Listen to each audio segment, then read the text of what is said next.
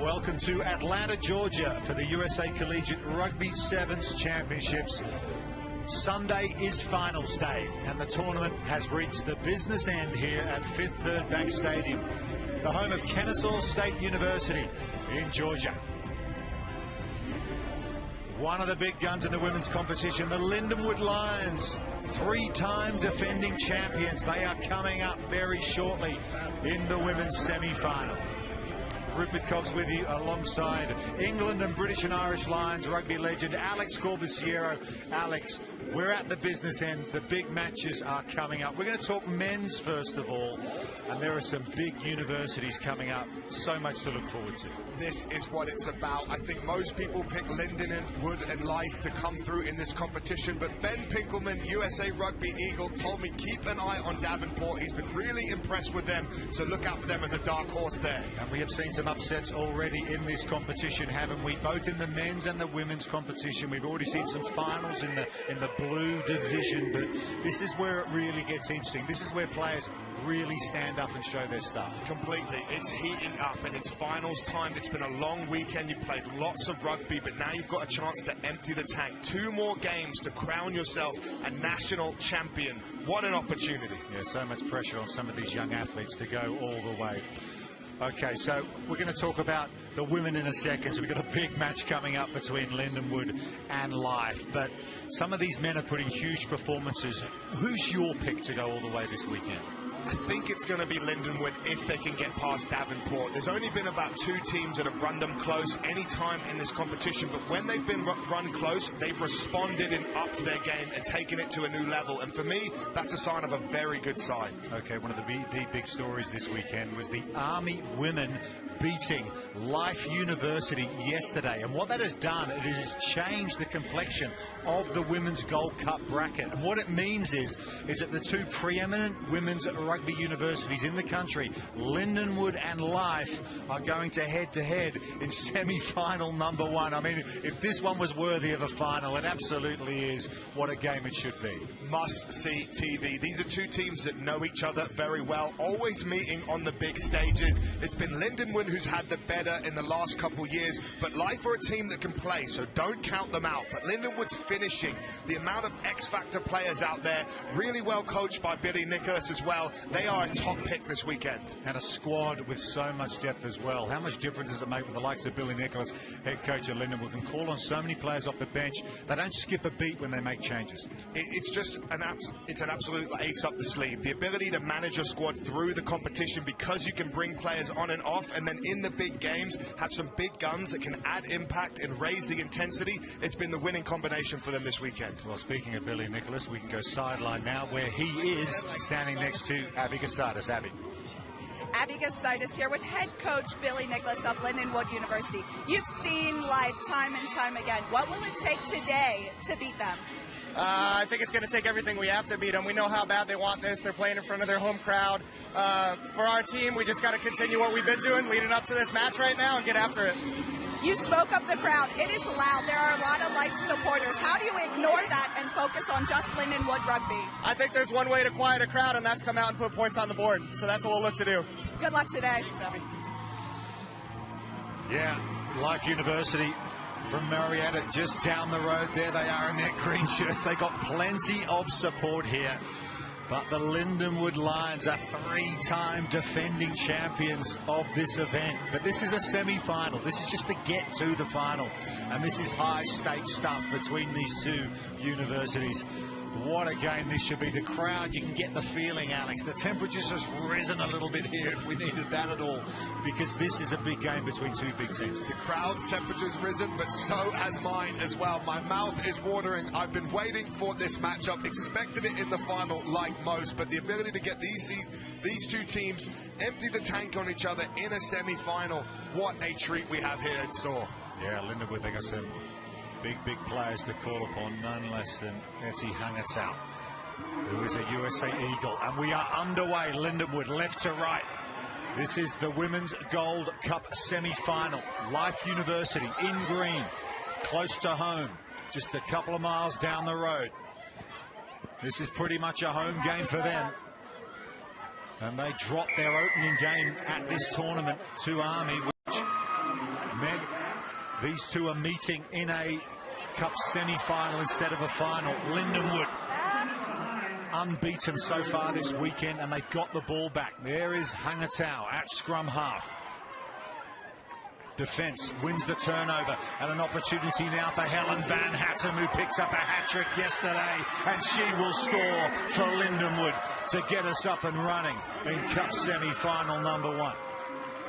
The Dutch flyer strikes again. She's been on top form all weekend. Doesn't need much space on the outside to finish. Tough conversion to come here from Lindenwood on the edge. But what a start for them. That will really boost their confidence. And like Billy Nicholas said, silence that home crowd just a little. I need you out. You have 15 seconds. And it'll be Eti Hangatau who will attempt the conversion from out wide. They are on the clock here with conversions. They can't take all day. They've got 30 seconds. And she's using every second possible. Is Eti. It won't get there. It remains 5-0, but a strong start from the lines. Strong start indeed, and it's just the moving of the ball. This is really one of Lindenwood's X factor. They can pass on both hands, use the full width of the field, and they have the pace and the flyers to make that count. And that is the recipe for them to be successful against life. Back underway. Loose pass from Adriana Duncan, but scooped up by Angelina Mason. Getting away from the Lindenwood defence. That's a good run from Michaela Lowe. That's a lovely pass and a brilliant line, and Life University are up and running. Still 40 metres to go, inside ball, but how about the tackle coming across from the Australian Amy Bryce for Lindenwood, and they've won the ball back. Here's Eti Hangatau, 17-year-old. When she joined the USA Eagles setup, gets the offload out the back, bit loose, and it's a penalty to Life.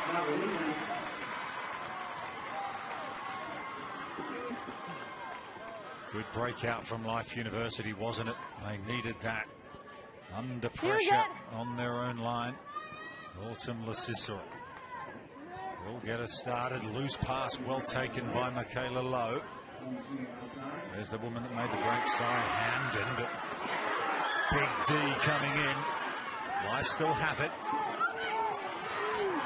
Michaela Lowe gets the ball away to Duncan.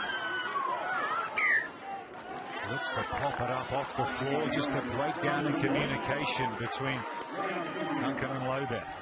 We've talked so much about Lindenwood's try-scoring attributes, the way they play the game, but we haven't talked as much about the defence. Anytime they've been stressed or caught with a line break like Life had there, they are all working as hard as they can to get back on side. They make the cover tackle, they realign their defence, and that is a sign of a very good team.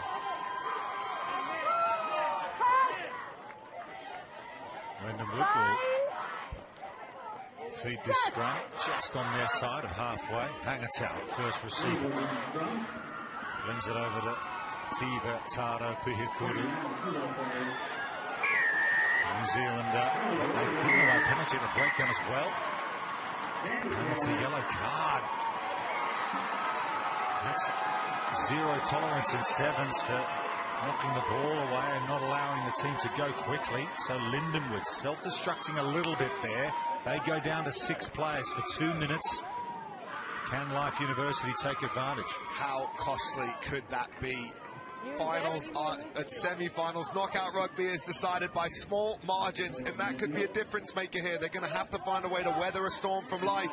A number down in defence. 3 penalties against Lindenwood. Here's Duncan again. She's been involved heavily from the start, but stripped away, illegally so.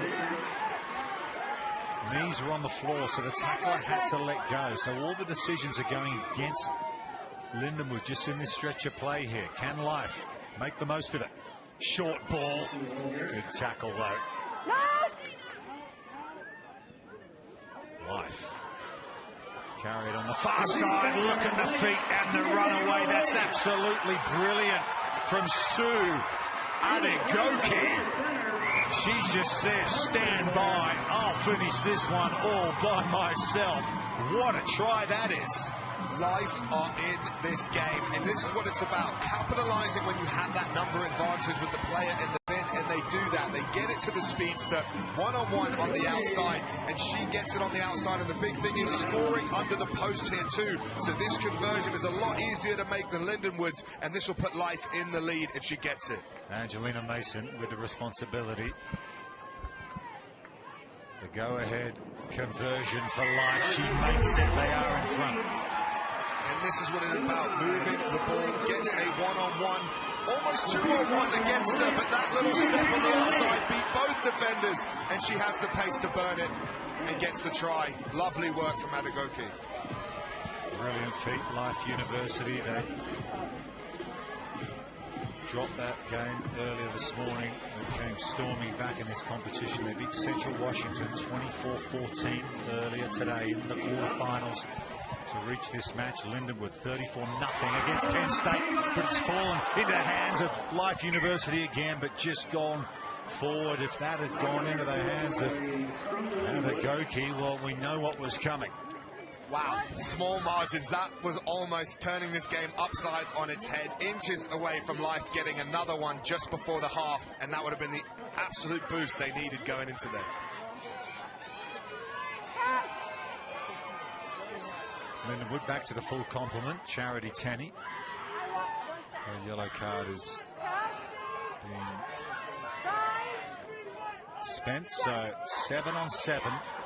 Here's Hangatau. Hasn't really backed herself yet into this Life defense. Nicely on the cut, and another switch play. Tenney couldn't hold on to that one, but they still have the ball. Bailey. Capoeina Bailey. Tivataro Pihikuru. Wrestled over the sideline as the Life player, so there'll be a Lindenwood throw to the line out, but the clock beats everybody, and we will go to a break. 2 points the difference. Life University 7-5 over Lindenwood. Something's got to give. We'll take a break. Back soon.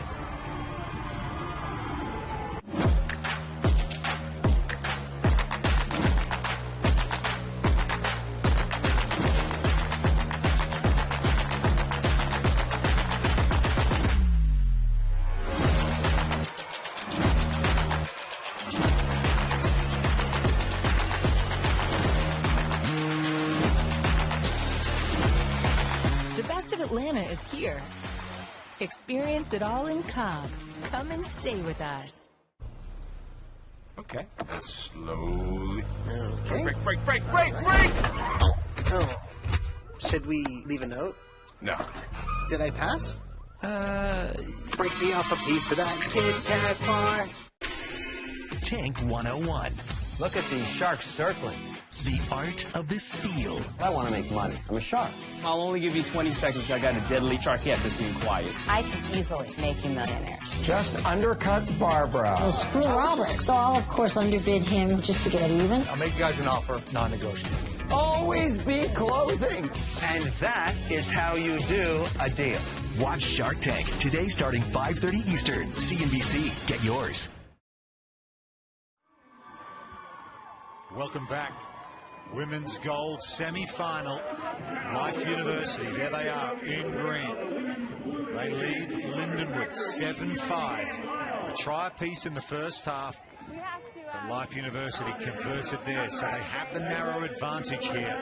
These two, just a couple of weeks ago, competed in a 15-a-side national final in Houston. Lindenwood took that, and last year at this event, Lindenwood won the 7-a-side final as well.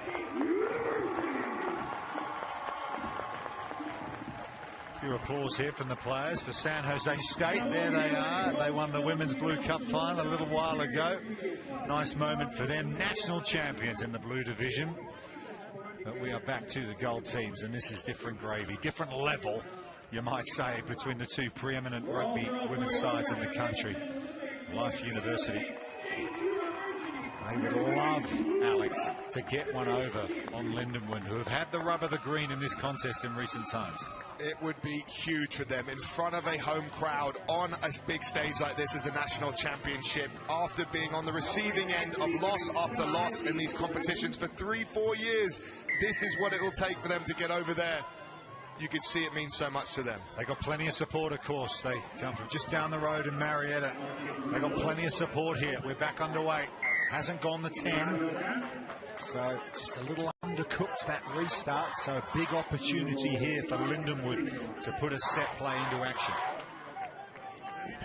Inches away from going the full 10, but that gives the ball to Lindenwood, and Lindenwood have been a bit quiet for a little while. You know they would have got a talking to at halftime to up the intensity. Let's see what they do with their first attack. Betsy Hangertow, USA Eagle, quiet in that first half. Perhaps she got a bit of a talking to at halftime and said, we need more of you. Swung across, long pass to Capoeina Bailey. Stands in the tackle, over the top from Demi Allen, and here again is Helen Van Hattem, and the Dutch Express is in again. She has got the speed on the outside. Give the ball to Helen Van Hattem, she'll make it happen. She will make it happen and more. Give that girl any space on the outside, and she is not looking back. She's been a poacher of tries all weekend, has got the gas to beat anyone on this field, it looks like, and they just really do the work of just fixing the defense that little bit well in the middle, then getting the pass to her on the edge, who has a little head start on her tackler, and then they're never going to catch her. Betsy Hangertow has been given the 5-second call. She hasn't moved that one either from right in front. So no extra 2 for Lindenwood, but really good score, wasn't it? Van Hattem, she's just got the gas. No looking back there. And it all comes from just giving her the ball in space. And if they can keep feeding her in those opportunities, she's going to keep running those tries in like she's done every game so far. Abby Gastaitis is sideline for us. Abby, you've played in many big finals yourself. What have you made of the start of the second half? This is one of those big finals, those big moments. You see both teams are up for it. Maybe a little bit of nerves. Oh, as we see Lindenwood taking the quick tap, and they are in again. What a swing of momentum down here. Amy Bryce, the Aussie, has come up with a try in this second half. You talk about players standing up in big moments. Well, Bryce has done that. She was aware to the situation and caught life napping.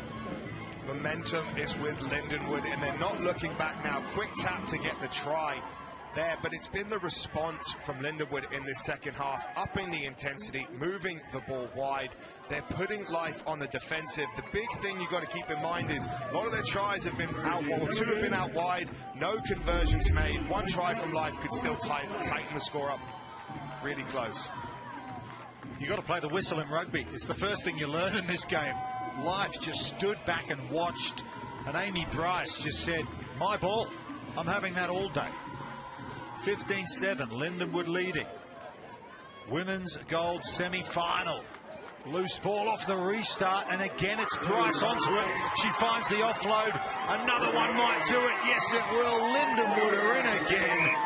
Punepuau Skips has their 4th try, and this game has changed out of all complexion. Lindenwood are the team to beat for a reason. Life letting that restart bounce, they regather it, get the offload, and then 1 more here for Skips to come in for the try. And it's been the succession of try, which has really taken the wind out of Life's sails. Top 2 inches. They've just switched off, haven't they? Life, those 2 situations, that's all it takes at this level. And Skips over. 20 points to 7. Remember, it was 7-5 at halftime. Lindenwood have come out here in the second half and just showed their class. Billy Nicholas, we spoke to him before kickoff. Perhaps some wise words from the man who's won so many trophies from this Lindenwood side. 4-time 15-a-side champions at national level. 3 times in a row at 7s level. Let's go back downstairs to Abby Gastaitis. Abby. Lindenwood's bench is going crazy on the sideline. It's quieted the crowd. However, after halftime, I heard Billy Nicholas saying to his squad, this is not our standard. You need to shift them, hold on to the ball, and put points on the board. And Lindenwood is doing just that. Life looking to respond. 2 minutes to go. Not impossible, but they've lost possession again. Lindenwood just coming up with the big plays time after time. And there's Van Hatten on the short pass from Bryce. Lindenwood just controlling possession here. Another offload, another opportunity. Beautiful hands from Tivatato Pihikuru. And the woman who hasn't lost in a Lindenwood shirt at national level will score a try in the gold semi-final. And this is why we said they are the team to beat, Rupert. They are taking their opportunities in the second half, really uplifted their intensity, and it's been the offloading game and getting through the tackle. And when Lindenwood get those offloads in those hands and they free their speedsters, Life hasn't had an answer for that. Tivatato Pihikuru has shown her class there of Maori descent in New Zealand. Runs clear, beautiful hands. Wasn't the most sympathetic ball, but she is all quality, and she has helped put her university in another National Collegiate Sevens Cup final. 27-7 now. Extraordinary turnaround in this game. Really did look like Life University were on foot, pulling off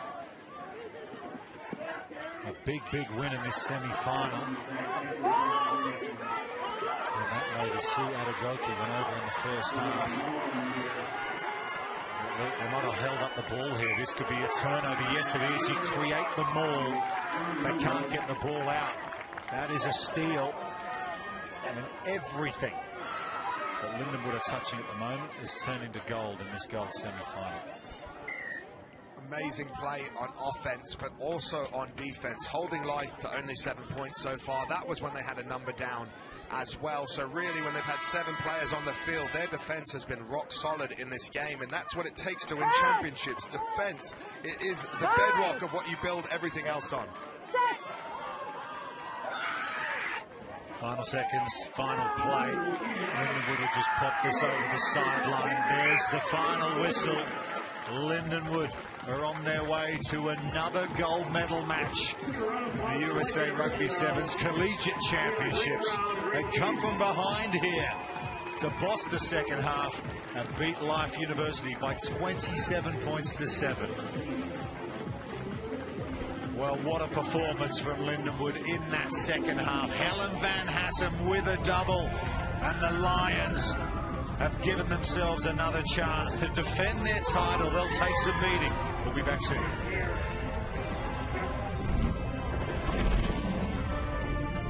Need to get your windshield fixed?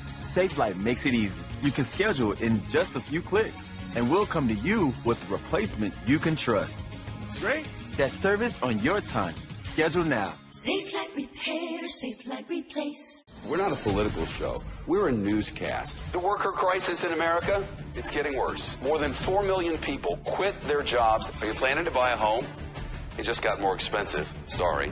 We have resources all over the world. Heightened alert for American troops. We will not host an argument.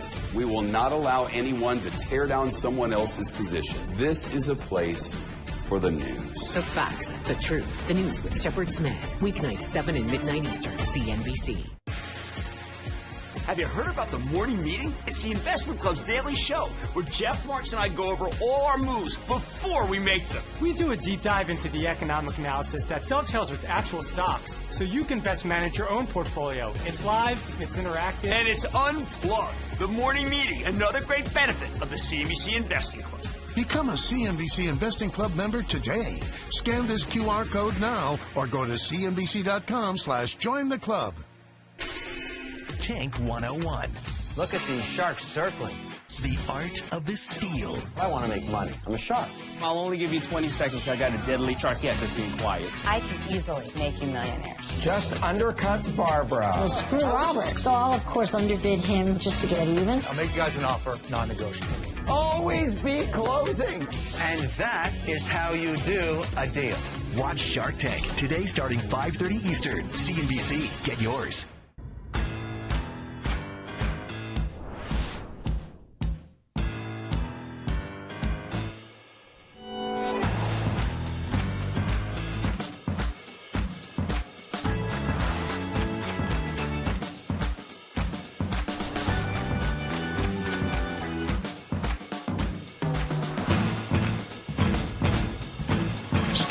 this code or become a member today at cnbc.com/pro.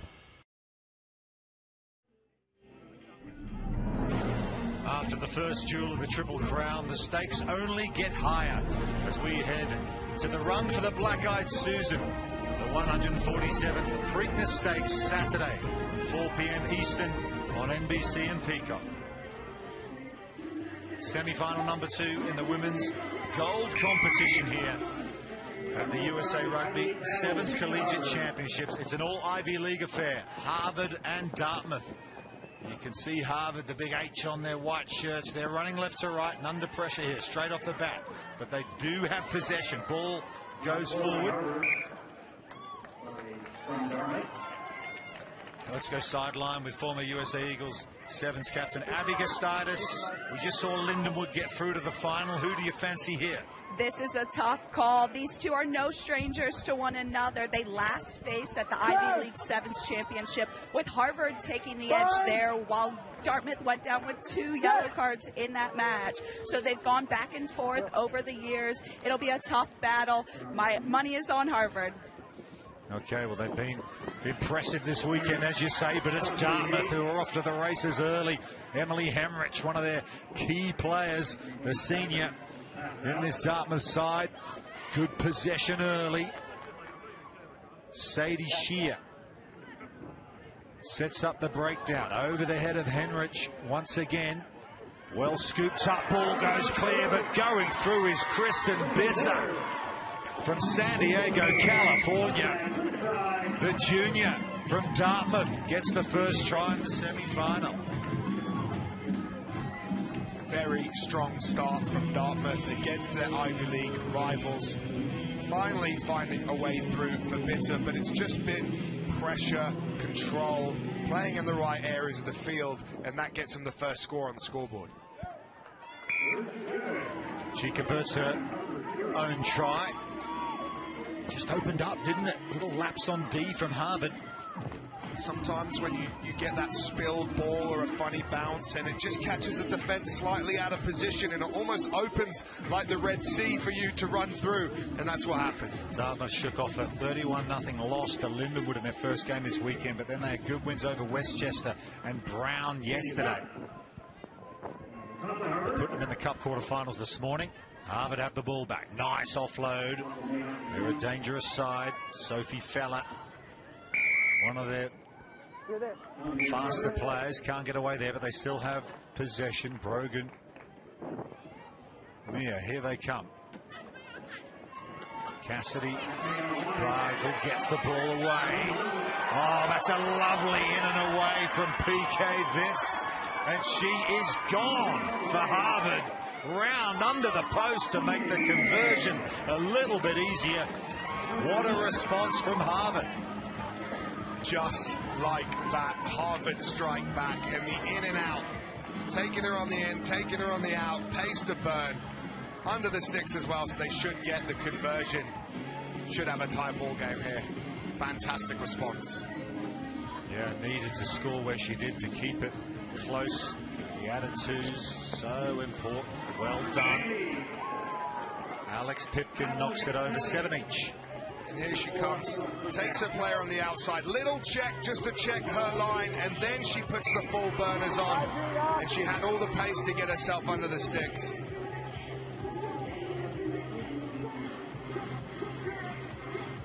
Yeah, good response from Harvard. Celebrating their 150th year of rugby.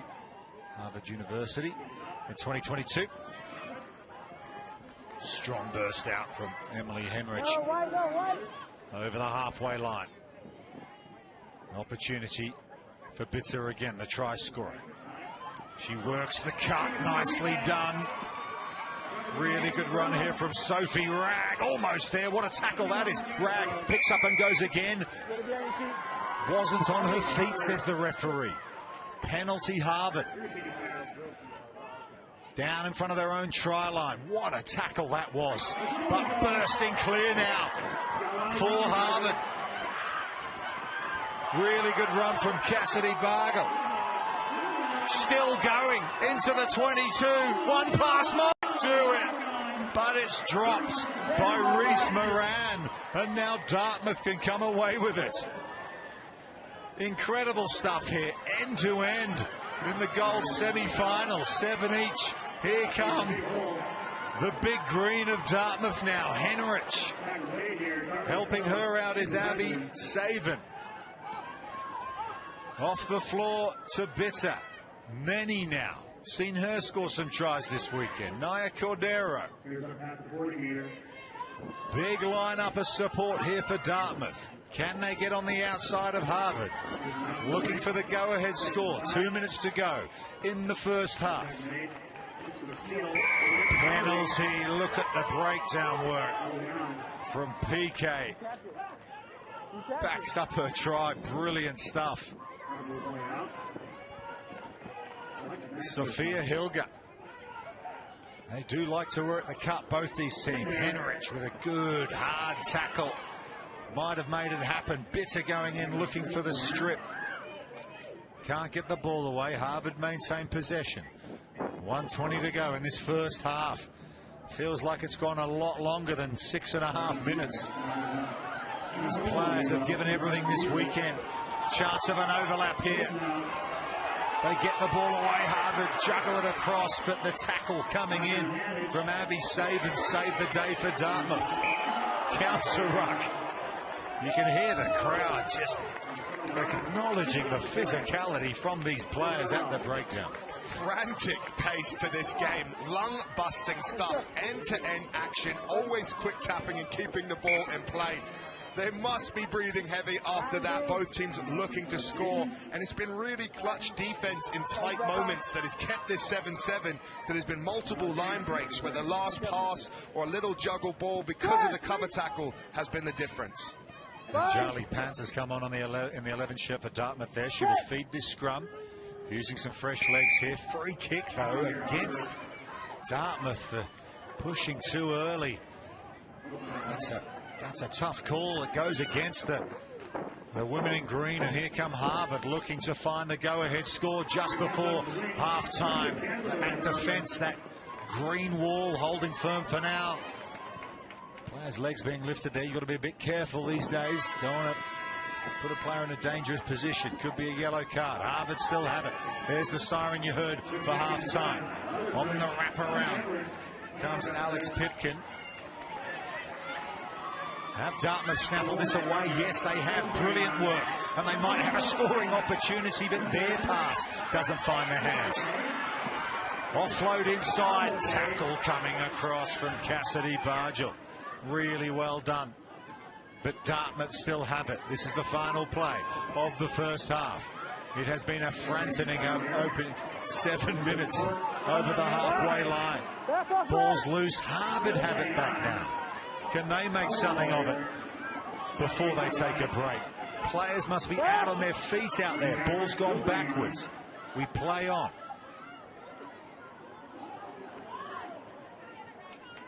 One converted try apiece. Big tackle coming in on Anjali Pants, but Dartmouth still have it. They got a player out of the line, Besser, and the ball's gone forward. And both sides might take that as a form of relief. That just looked exhausting out there. 7 points each at halftime. They'll take a well-earned breather. We'll be back with the second half after this.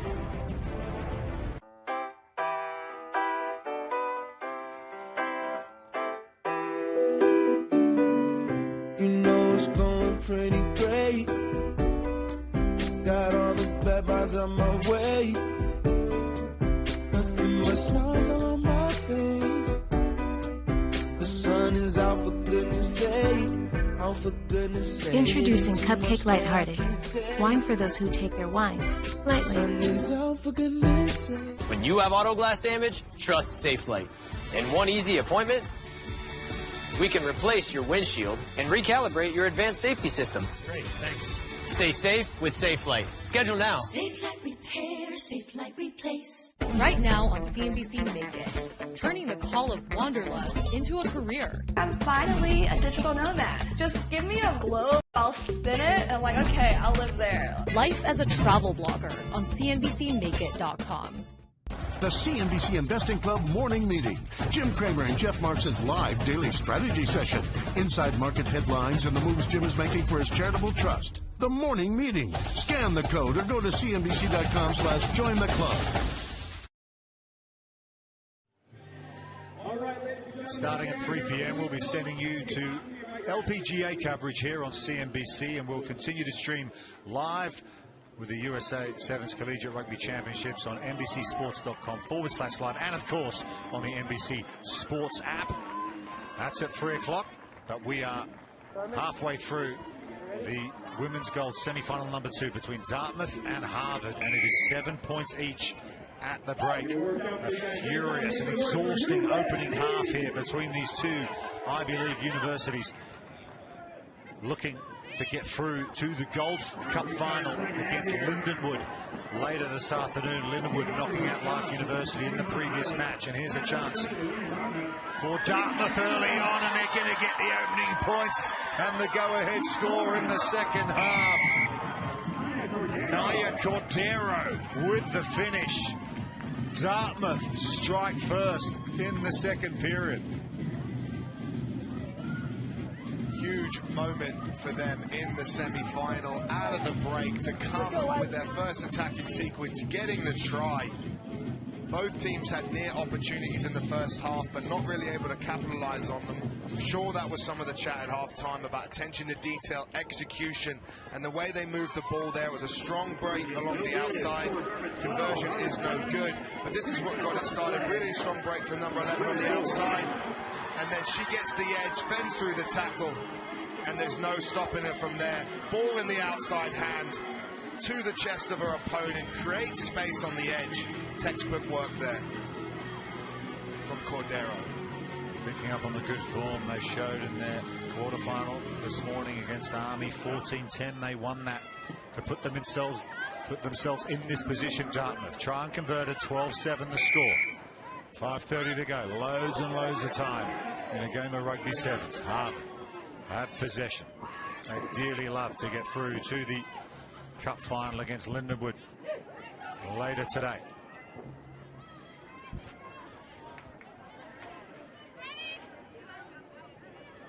Set up the breakdown just their side of the 10-meter line, trying to work it, show some patience, keep possession, and they've got to hold on to the ball, but that's been dropped. That has been dropped by 22, Sophia Hilger. Dartmouth with the lead. They've got a good attacking opportunity here. Could be a costly error from Harvard there. Chasing the lead down, having to move the ball and playing from deep, but then it comes costly. If you make the error, you give your opponent a strong attacking platform. As they all set up on the right. And Charlie Pant will feed it. She's made a good contribution since coming on the field down the stretch in that first half. Fine. Set. Free kick against Dartmouth. We saw that in the first half. The team feeding, getting penalised for not either putting it in not putting it in quickly enough or pushing before the ball was in. Lifeline for Harvard there. Yeah, they could ill afford to concede more points. They've got to be careful here, though. Just a couple of errors sneaking into their game at the moment. Oregon picks it up. And they've got the penalty, Dartmouth. They want to go quicker. They've got to go back to the exact spot where it was given. Henrich taps and goes. Oh, brilliant feat. Brilliance from Emily Henrich. That's the kind of form that's given her national recognition in rugby. What a sidestep and what a finish from Emily Henrich. Superb finish from Henrich. USA Rugby 15s and 7s Eagle. Named in the 15s USA squad that's going to convene in the summer for big tests before a World Cup later in the year. She is a real star in this Dartmouth team. And there's a bit of daylight now between Dartmouth and Harvard. 17-7 You want your big players to step up in big games. Hemorrhage has done that. She's no stranger to big game environments, and that's what you're looking for when the chips are down. Tough semi-final, you're fighting tooth and nail for everything. You look at your big game players to stand up, and that's a big moment for her to capitalize. Lovely step as well. 10 points the difference, 2:30 to go, and Dartmouth have the ball back. Nothing going Harvard's way in this second half, but you've got to credit Dartmouth for that. They're putting so much pressure on this Harvard team defensively. Naya Cordero came up with a brilliant try to get us started in this second half. Referee wants a chat. This is often not good news. Okay. Low degree of danger. So yellow card. Okay, 7 you said? Okay. We're at 7. So Anjali, it's a yellow card for leading with the elbow. You heard the referee pretty clear. So they're down to 6 Dartmouth. That's perhaps the break that Harvard needed. But the clock might be against them here. 1:48 to go in this match. Down by 10. They've got to score twice at least. Opportunity with the overlap on the far side. Here's a chance now for Sophie Feller. Feller around the outside. What a tackle that is from Siameni for Dartmouth. Penalty again for Harvard. They need to get a wriggle on. 1:20 to go. They've got to score twice in this match. They've got the one-player advantage. They fling it across to Cassidy. Bargel gets the stiff arm going, offloads the ball. They need to stay in field. They can't afford to go over the line. Hemorrhage is going in for the turnover, and she wins it. Another big play from Emily Henrich. Her team's down to 6 players, and once again, she comes up with the money moment. Take a bow, Emily Henrich. You've just seen her on offense, standing up for her team, but also doing it on the other side of the ball on defense. That is what it takes to potentially win a national championship. There she goes in again, breaching this breakdown to make sure they win possession. 30 seconds to go now. Harvard need to score twice. 4. Penalty Dartmouth. Well, we keep saying it, but it is defense that wins your matches. You know, you've got to come up with the effort on effort without the ball. And that's what they've done here. And ultimately, that's what's going to get them over the line. They might add to their scoreline here. Henrich looming. What's she got left in the tank? There's still a final to play. Dartmouth just happy to slow this one down. They know they've got this one in the bag. They know they're heading to the gold medal final. It'll be a penalty to Harvard, no matter what Harvard do here. 10 points down. They won't be able to do enough to change the result here. The runaway score here is on the cards. Still not giving up though. Dartmouth, the ankle tap, brilliant. But the pop-up offload to Reese Moran. She'll get a score to finish her tournament in style. But it will be Dartmouth who will play in the gold match to decide the cup winners here at the National Championships. What a game. Both teams came to play. That last sequence really summing up the commitment from both sides. Tap, tackle, supporting your player, offload, even when the game was out of reach.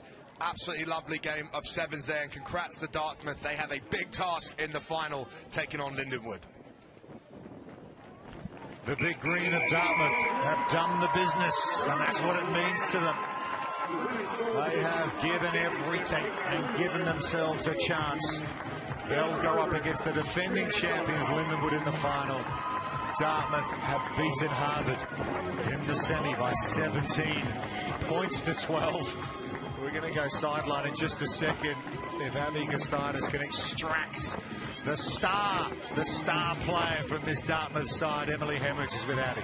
Captain Emily Henrich, unreal match, so much back and forth. How does it feel? Are you on a high? Definitely on a high. Definitely some redemption after Ivy Champs losing to them in the final. I think we came out ready to work for each other and just executed our game plan. We knew it'd be a battle, and that it was, yeah. Huge battle, like you said. Another battle ahead with Lindenwood. Best of luck in that match. Thank you. Appreciate it. What a performance from Emily Henrich and Dartmouth. They're in the big show, the Gold Cup final. We'll take a break with more Live Rugby Sevens next.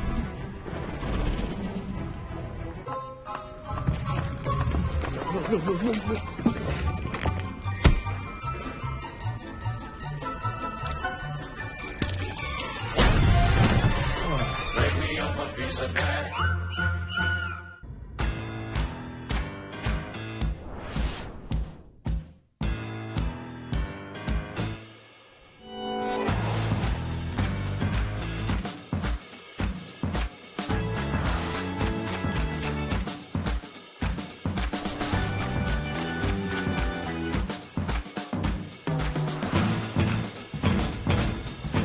Scan this code or become a member today at cnbc.com/pro.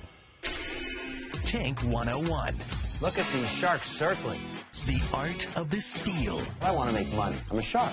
I'll only give you 20 seconds because I got a deadly sharkette that's being quiet. I can easily make you millionaires. Just undercut Barbara. Well, screw Robert. So I'll, of course, underbid him just to get even. I'll make you guys an offer, non-negotiable. Always be closing. And that is how you do a deal. Watch Shark Tank today starting 5:30 Eastern. CNBC. Get yours. We're not a political show. We're a newscast. The worker crisis in America, it's getting worse. More than 4 million people quit their jobs. Are you planning to buy a home? It just got more expensive. Sorry. We have resources all over the world. Heightened alert for American troops. We will not host an argument. We will not allow anyone to tear down someone else's position. This is a place for the news. The facts, the truth, the news with Shepard Smith. Weeknights 7 and midnight Eastern, CNBC.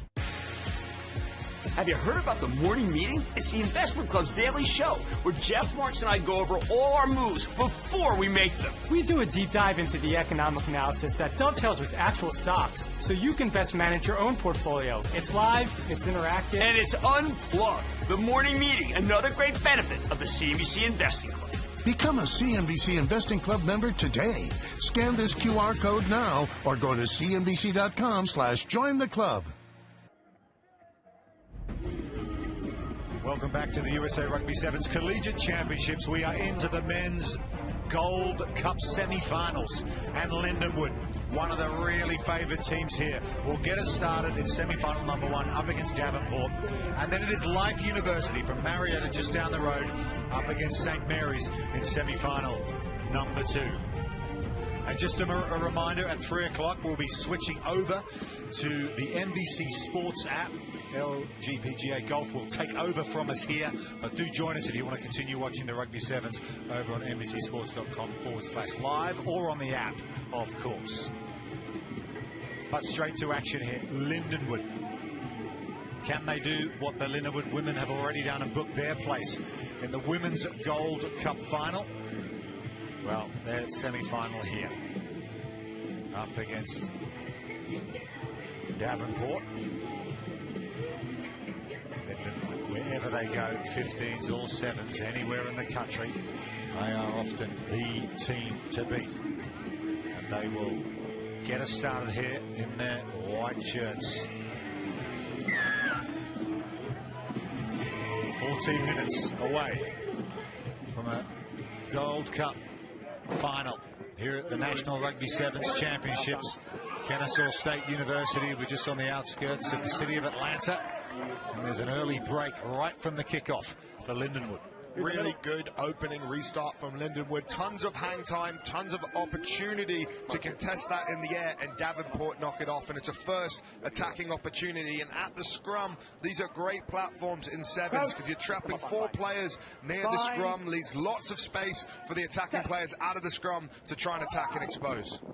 An early opportunity for Lindenwood, and Nick Hardrick the second. He's got loads of pace, buckets of it, and he is gone inside the first minute of this Cup semi-final. The Lions flex their muscles. Hardrick the second's been dangerous all weekend, scoring tries down that touchline. out wide, so it's going to be a tough conversion for Lindenwood to try and make, but that is exactly the start they would have been looking for. Got to get on the scoreboard. Not much time in sevens, only 7-minute halves. Every point counts. And the extra 2 as well. They get the maximum early. And just taking defenders inside step for 2 to beat them, and then the pace to take it on the outside. That is lovely work from Hendricks II.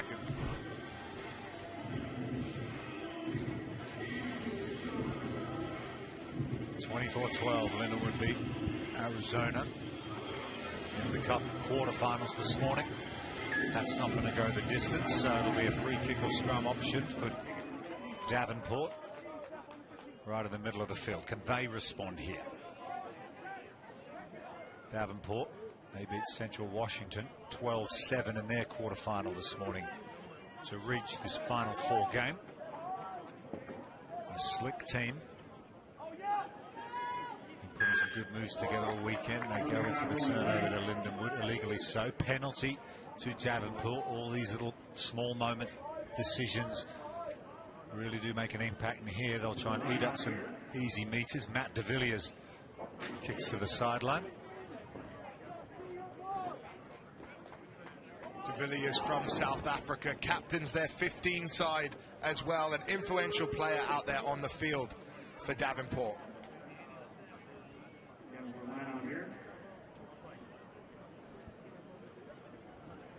Davenport overthrow the line out. Really good attacking position that, but it's back into Lindenwood hands, and here's that man, Hardrick II. Look at him go down the sideline. A second try is coming.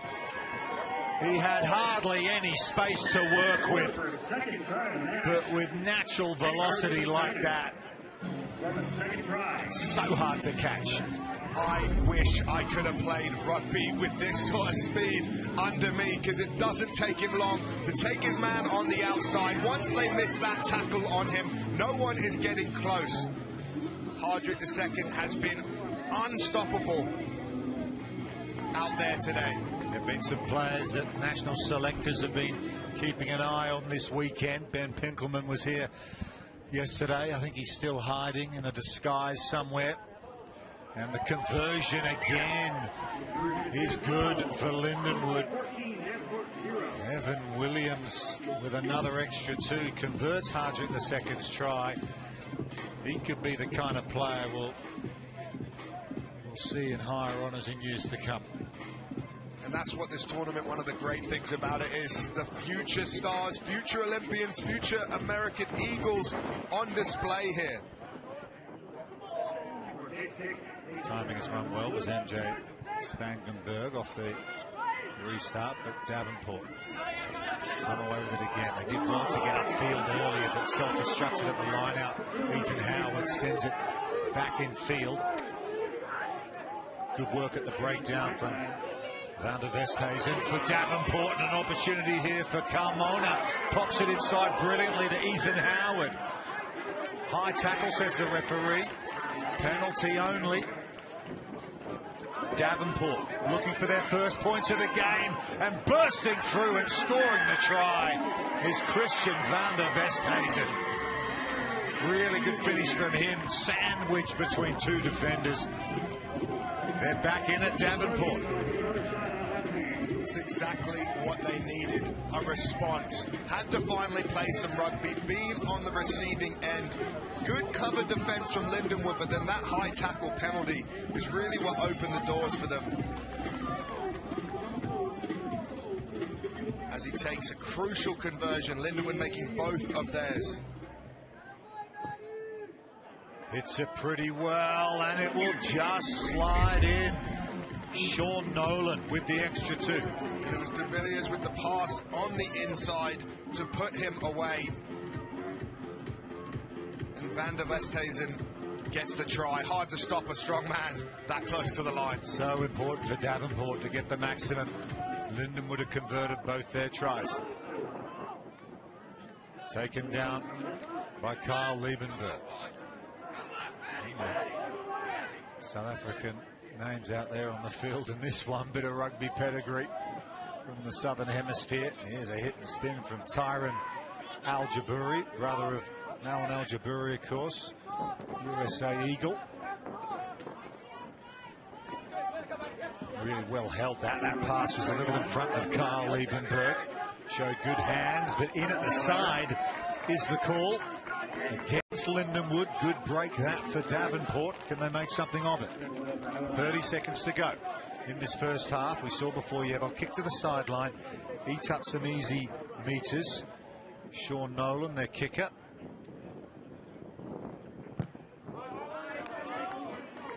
Yeah, gets a good 30-odd yards there, and they can go with the attacking lineup. It's a big toss-up there, whether you go scrum or line-out or tap. And if you look at Davenport, last time they had a penalty, they kicked on the other side to the 22, and they lost that line-out. So really big emphasis to win this so they can get the attacking platform. But Lindenwood, as if they heard you talking, Alex, they've turned it over at the front of the line-out. They got an opportunity for the try. The offload might do it to Hardrick the second, but they might not need him, because look at the run from Carl Liebenberg. But the tackle coming across. Sam Evans, take a bow. That's the effort you need in semi-finals, and that'll take us to half-time. 14-7, Lindenwood lead Davenport. Davenport keeping themselves in the race here. One more time.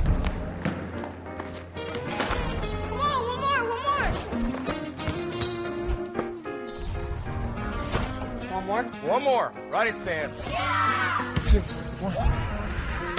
One more, man? Oh, man. All right, little bro.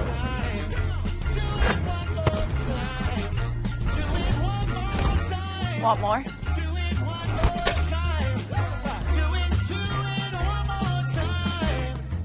Need to get your windshield fixed? Safelite makes it easy. You can schedule it in just a few clicks, and we'll come to you with a replacement you can trust.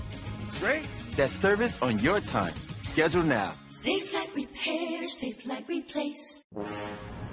Conventional thinking would say Verizon has the largest and fastest 5G network, but they don't. They only cover select cities with 5G. So for me, and the hundreds of drivers in my fleet, staying connected, cutting downtime, and delivering on time depends on T-Mobile 5G. And with coverage of over 96% of interstate highway miles, they've got us covered. Unconventional thinking delivers 4 times the 5G coverage of Verizon, and it's ready right now. T-Mobile for Business. Welcome back, USA7s Collegiate Championship. Lindenwood 14-7 over Davenport. Just a little reminder, we're going to switch across to the NBC Sports app in a couple of minutes. Do join us there. I'll keep it here on CNBC for LGP Golf. But we are halfway through this Cup semi-final between Davenport and Lindenwood. Davenport keeping themselves in it. It's 14-7. So just a one-score game.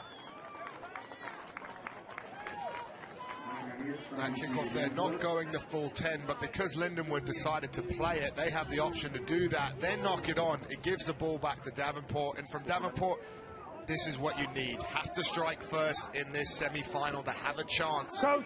They've looked dangerous at times. Fine. Line-out has really let them down in key moments, but hopefully if they can get this ball out from the scrum, they might have an attacking opportunity. Well, they've got early possession, just what they needed in this second half. Conceded 2 early tries. Hardrick the second, a couple of runaways. They almost had a third before the break with some brilliant cover defense. Kept them in it. Lindenwood, however, have the ball back. Such a dangerous team. Carl Liebenberg, who almost scored that try at the end of that first half. But look at the work at the breakdown. Matt de Villiers, the young South African, and he threw the ball away. Did the Lindenwood player, so it's a yellow card against Liebenberg. That means they're down to 6, and he'll be off the field for 2 minutes. Can Davenport take advantage here? So difficult to defend when you're only got 6 players out there. Big opportunity, you think, this for Davenport with the power play for 2 minutes. Can they take advantage? They'll have the attacking line out here.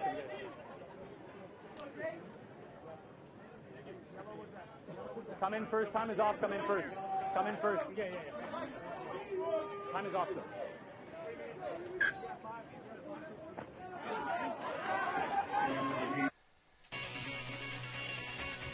We are enjoying wonderful weather in Clifton, New Jersey, northern part of the state, just about 15 miles west of the heart of New York City, Midtown and Manhattan. It's the final round of the Cognizant Founders Cup, and Minji Lee has a one-shot lead over Lexi Thompson. And Angel Yin is 2 back, putting together one of the lower rounds of the day. Carlotta Sagana with a 64 in the big part of the story for most of the day. Kelly Tillman, Morgan Pressel, a major champion alongside in the booth. Tom Abbott as well.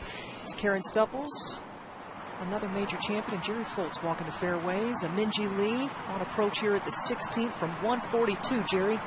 Yeah, just a pitching wedge. Going to be tough to get it all the way back there, a little right of the hole. Lexi got lucky in the rough, had a nice lie, and was able to hit a good shot to the back of the green. Over to 17 and Tom Abbott. Angel Yin 2 back. Let's see if she takes that aim here, Karen. Well, it's a tough hole location, tucked on that right side, playing 168 yards today. Not easy to get to. This one's got to hang on. It's down the right side. Oh, it's just hung on, but I'm sure she'll be able to get a putter on that. It's the hardest hole out there right now, the 17th. Up at the 18th, this is world number 6, Nasa Hataoka of Japan. This is a birdie chance to get to 14 under.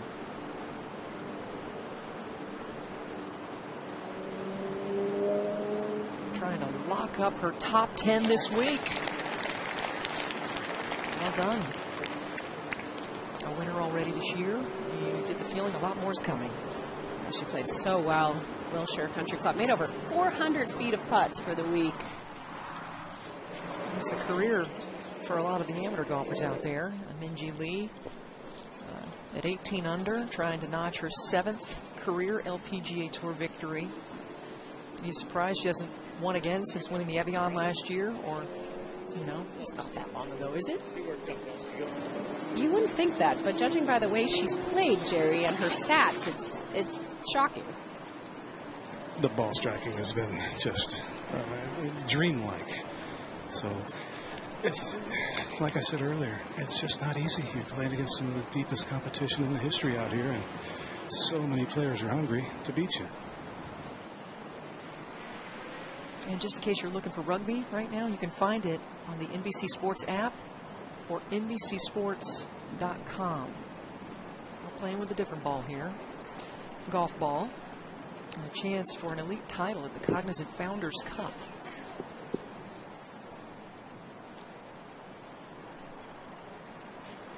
It's not a full contact sport, but the way Lexi swings a golf club, it's aggressive. But it's all about this touch around the greens that's going to be the test right now. Still unsure who's going to play. Minji's looking at Lexi for indication.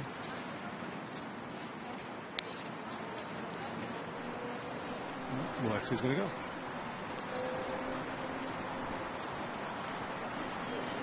While they size that up, we'll head over to 17. And Angel Yin 2 backs. Fancies this one, Karen? Well, it's sitting down a little bit, so having to chip this and not try the putt. But she's played some really great chips today. Oh. That wasn't far away, Karen. No, well, she had the flag out. I think she fancied it. Yeah, may have had a little too much pace to drop, but she certainly gave it a go, which you'd love to see. Let's go to 16. There's a lot to think about here. Took her a while, Lexi, to decide on the club. There's just something about this lie sitting down a little bit in that frog here that she didn't like, didn't think she could catch it. Delicate little chip shot cleanly. So she is going to putt it, and that's risky as well, because that is some hearty grass. It's going to bounce. I've seen the likes of a DJ Singh on the PGA Tour going with a fairway metal just to kind of softly roll through the back of that grass and make putter-like contact. There are options out there. It's not really something that you would go with unless it's practiced it a decent amount, but with as big of a putter head as Lexi uses here with this mallet, it can definitely get stuck in that. You're right, it's like a fairway metal. But it could also get stuck in that higher grass right behind the ball. Yeah, she's likely going to catch this a little thinly.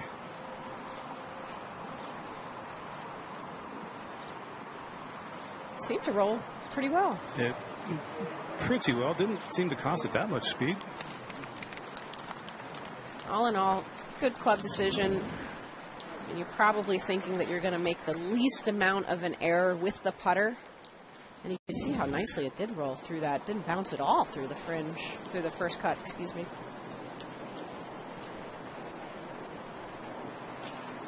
All in all, pretty good effort. So we keep it here. Minjee Lee taking a good look. What's in store for her here?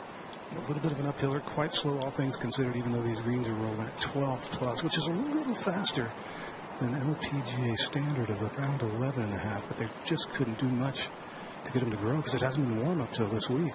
But they're fantastic as they are. Should turn a little left. Hasn't been able to see one disappear yet today. What a time this would be.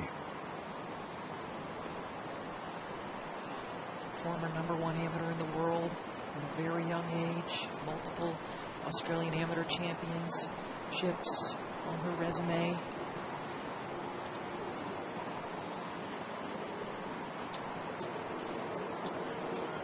Now a major champion trying to win the Cognizant Founders Cup. Good line. Needed a little bit more push. Over to 17. And Megan Kang for the birdie.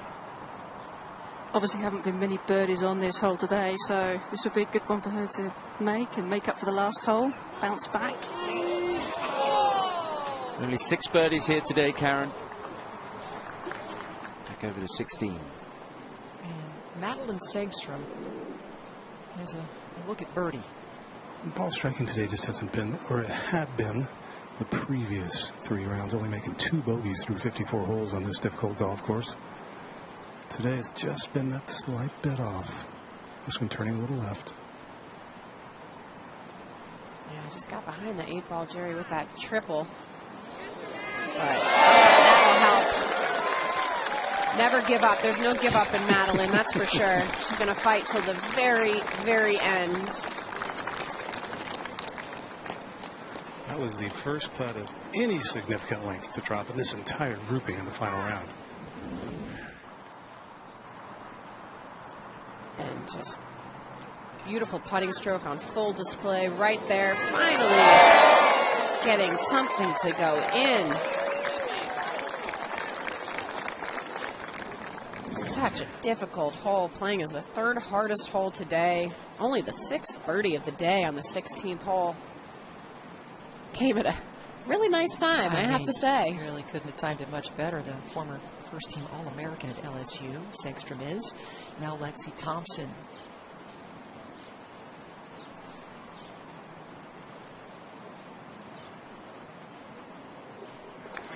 The putter's looking really good from those short range looks that she's been getting. Pretty solid from 8 feet and in. Angel Yin for a par here at 17. This would be a good one for her to just calm herself down before making the final push on the 18th, and that was well done. Yeah, needs a birdie at 18, Karen. Yep. She's got the length. Let's go back over to the 16th. Par putt for Minjee Lee. Not much to it at all.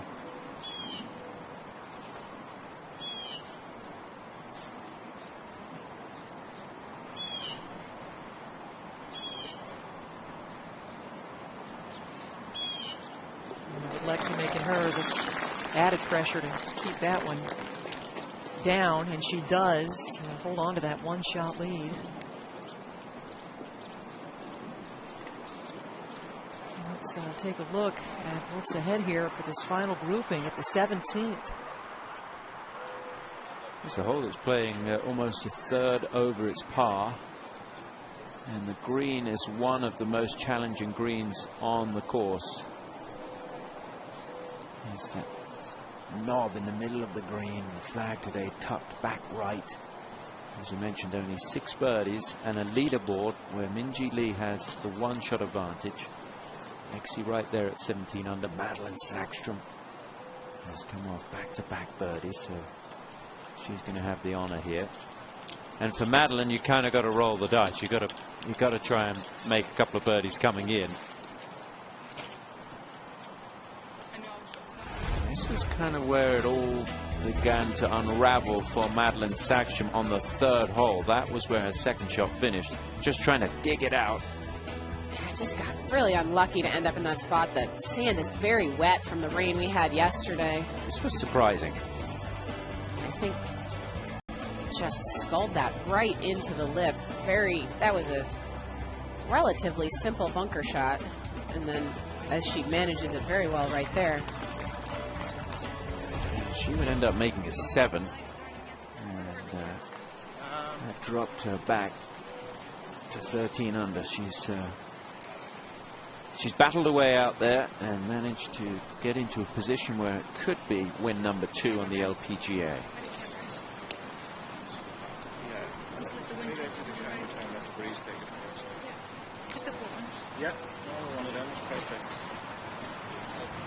She walked off the 14th green, most likely needing to run the tables. She's halfway there. 7-iron here, not an easy hole to get close to, but the breeze is in from the left.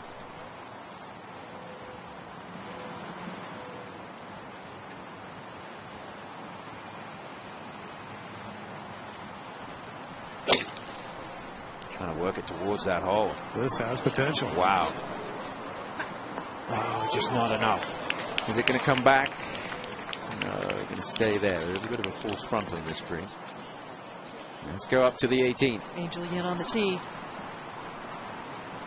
Pretty tight tee shot in terms of right and left.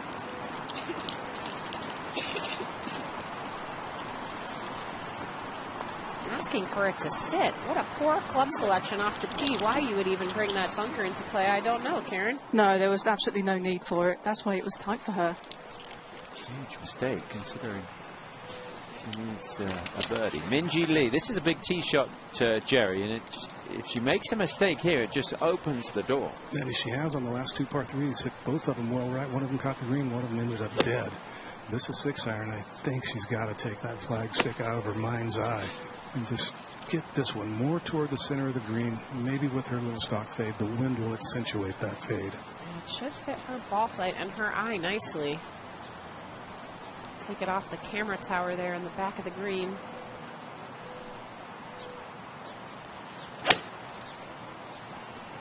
Exactly what she has done. This could end up pretty good. Very good. Very good indeed. Is that the tee shot of a champion? We will find out, but it certainly goes a long way in Minjee Lee's efforts to become a winner of the Founders Cup. And you look at all the winners here of the Cognizant Founders Cup, they're all major champions. I don't know if it just something about the history of the LPGA and how meaningful this event has been in its relatively short history. Maybe that brings out the best in the best players. Now Lexi. Shot that doesn't really fit her eye, Morgan. Going with 6-iron. It's going to be plenty of club, and her hand's kind of forced now by Minjee Lee hitting that beauty. Yeah, she's going to have to adjust where she was maybe aiming. There is that slope a little bit left of the hole location that she can use to move the ball right. Taking a couple little practice waggles with her left hand to sense the feeling of a little fade. We're going to try and keep her hands and arms very quiet here through the hitting area, something she's been working a lot on, taking the curve out of her ball flight. This is right of the flagstick, not a lot. Aggressive line, doesn't want to go too far by. Minjee Lee in a good position here, trying to follow in the footsteps of the likes of Kari Webb, who won the first one in 2011. Yanni Sen, Stacey Lewis, Imbi Park, Jin Young Ko, the greats. Intelligence is the foundation of any good business. But if every good business has it, how do you stand out? Intuition. When enabled by technology, intuition stops feeling like a hunch and starts looking like confidence. The confidence you get when you work with Cognizant, where we engineer every aspect of your business, technology, processes, and experiences to anticipate expectations and act instantly. This is intuition, and we can engineer it.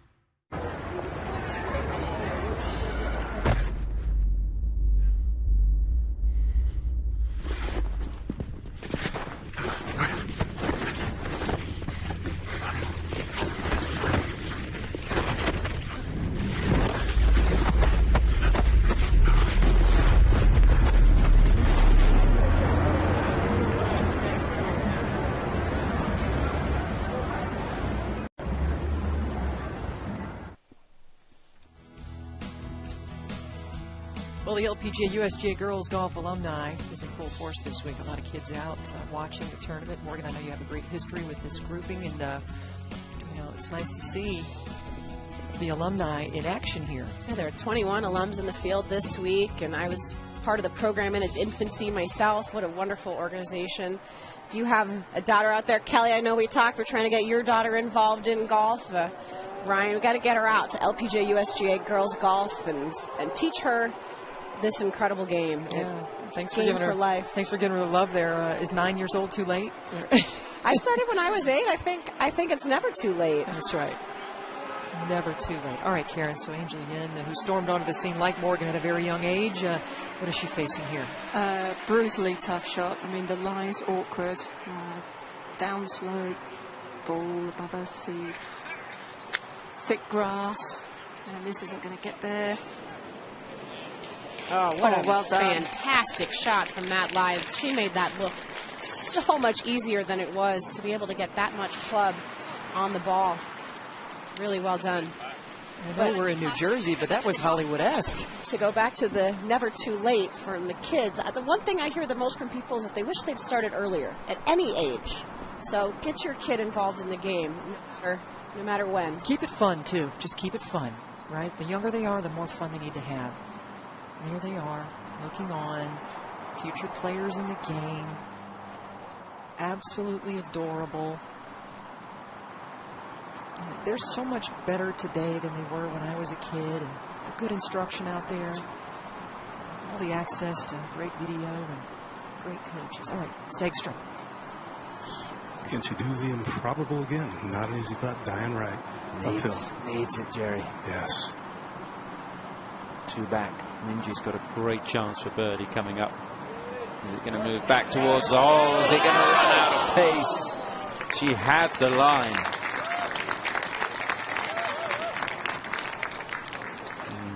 Madeline will remain at 16 under par.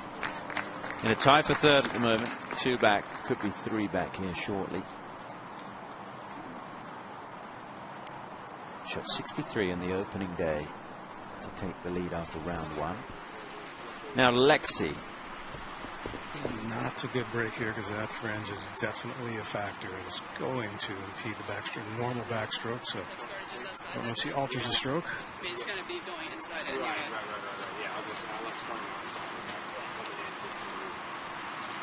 How much do you think, Morgan, she feels like she's got to make this? I'd say with Minji in there tight, she does feel it. But one of the things that she's focusing on is only what she can control and not worrying about what she can't, which is what Minji does. So the number one thing she has to do here is stroke it how on her intended line. It's pretty good right now. Wow, it was close.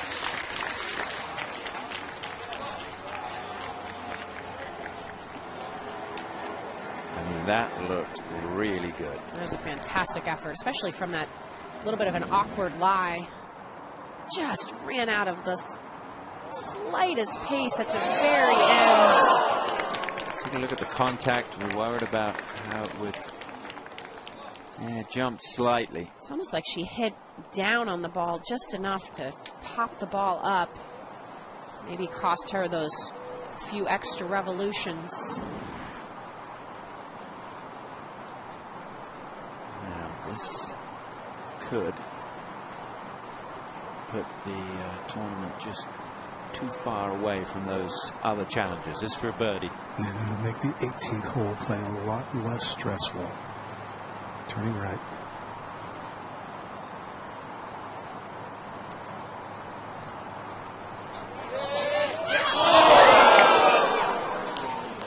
That really has just been the story of her day. I mean, she's obviously still on top, but just has not been able to get anything to fall, Jerry.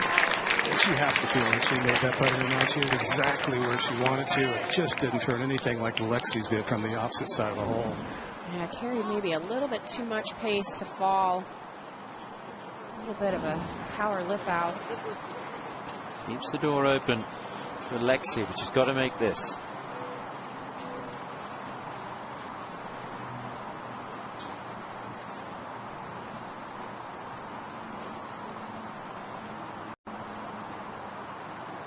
Okay. Stage one back, heading to that 72nd tee. We will go to the 72nd hole now. Angel Yin with a chance to cap off this round with a birdie and get to 17 under. It'd be fitting for her to have a good finale. She's played so well today. I think Angel's going to take a lot of confidence from her performance this week. It's been fun to watch. LPGA Tour is a lot of fun when Angel's in contention. That's around at 5 under on a Sunday. Bettering her Saturday score by 1, 67, 68, 67 to round out her Cognizant Founders Cup campaign in 2022. Here's what's ahead on CBS this season. 4 total events for the LPGA Tour, seen on CBS. The next stop, also in New Jersey, a little further south of here in Galloway at the ShopRite LPGA Classic. The Dow Great Lakes is a Saturday finish. Note that, in Midland, Michigan, just about an hour outside of Grand Rapids. And the CP Women's Open in Ottawa, Canada. That will come your way later this summer on August 28th. Let's get back to this finish. It's going to be very exciting here. And Madeline Sagstrom at the 18th will be first to go.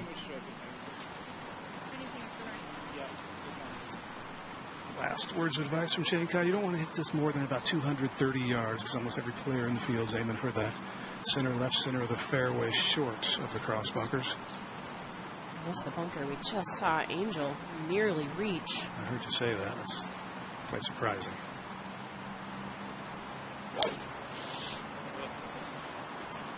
Watching that closely. Looks right.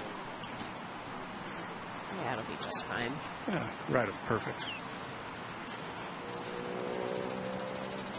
Traditionally, in the 18th hole, it is one of the more difficult finishing holes on a golf course. That has not been the case this week at Upper Montclair, so a good scoring opportunity perhaps lying ahead. This is Megan Kang. This is her shot at birdie. Megan Kang settling there, perhaps for par as we get back to the tee. Minjee Lee fairway wood as well. Took off on a little more direct line to the center of the fairway. She liked it.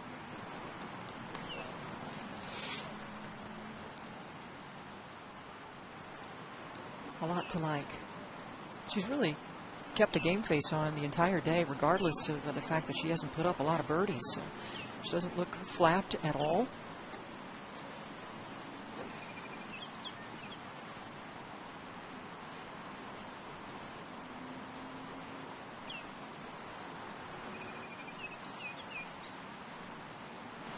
Just a long iron for Lexi. Probably the 2, Morgan. Yeah, she's so steep with her swing that she's able to get a lot of height on these long driving irons. Yeah, she puts the long in long iron, that's for sure. That's the left side of the fairway, though. She really has played a very steady round of golf today, given herself a lot of looks. Not a single drop shot on the card. It's coming down to the 18th at Upper Montclair. Stay with us. For over 100 years, when the best players in the world need to trust their clubs, they have trusted one shaft brand more than any other. True Temper, the #1 shaft in golf. The first person to survive Alzheimer's disease is out there. And the Alzheimer's Association is going to make it happen by funding scientific breakthroughs, advancing public policy, and providing local support to those living with the disease and their caregivers. But we won't get there without you. Join the fight with the Alzheimer's Association. Ball. What does Cameron Champ need in a golf ball? Speed. It's speed. It's speed. Yeah, speed. And we've got that. The Z-Star Series from Srixon. Final round coverage of the Cognizant Founders Cup continues. Minji Lee with a one-shot lead as the final group is on the final hole. And just a reminder, you're watching golf right now. If you're looking for rugby, you can find it on the NBC Sports app or at NBCSports.com. But you may want to stick around here for just a few moments. We'll see if we can crown a champion here at the Cognizant Founders Cup. And this is a young event with a very, very lofty list of champions. In fact, everyone who has won here has either been a major champion or was en route to becoming one. And Minji Lee was able to capture her first major last summer at Evian-les-Bains in France at the Amundi Evian Championship. I mentioned the pedigree of this young woman, Morgan, a former #1 ranked amateur in the world. She won the 2016 U.S. Junior Girls. Her brother Minwoo won the 2016 U.S. Junior Boys. Minji won the girls edition in 2012. So they are the only brother-sister combination in history to tout those two titles. And talk about the DNA in this family. Incredible talent and very natural talent as well. We certainly think a lot about the Korda sisters out here and Sebastian playing on the ATP Tour, but Minwoo and Minji have quite the history themselves as well. And Lexi and her family also, brothers Nick and Curtis, as we circle back, they're both PGA Tour players in their careers. Curtis active, and Nick also a former #1 amateur in the world like Minji. So they are sizing this one up.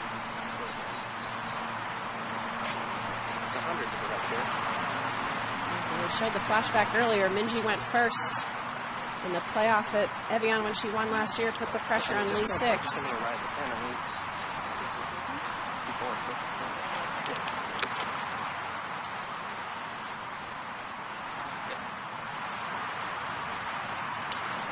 And in that playoff, both players hit the fairway, but it was a shot of her career for Minji Lee to win it. Second shot at Evian. This advantage Minji, if she's able to get one close. If the number fits her wedges, this is 109, slight uphill lie, should be able to spin it enough. It will take one first hop. Clipped it very nicely.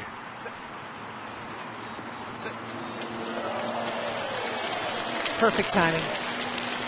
Wow. Beautiful shot. Just at the right time. She's very calm. At least on the outside. That puts a ton of pressure here, Jerry, on Lexi.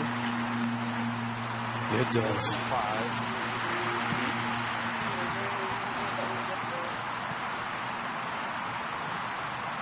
Maybe pretty close. Yeah. Yeah, just like I like it that the Cognizant logo. Like that.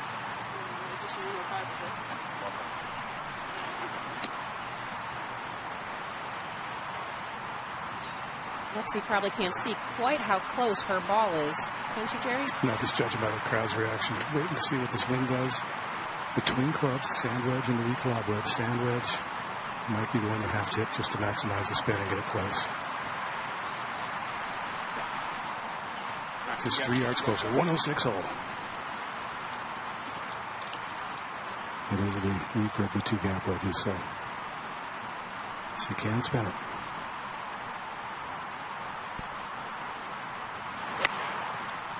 But that is coming in low.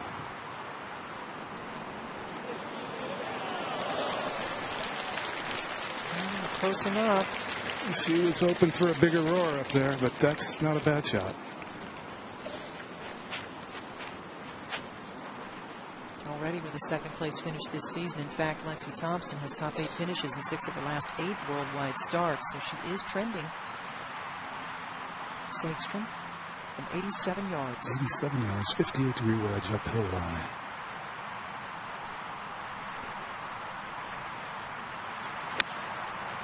That's such a nice sound to it.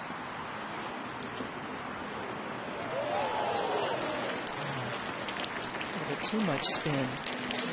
Trying to get that one past the hole and pull it back just a bit.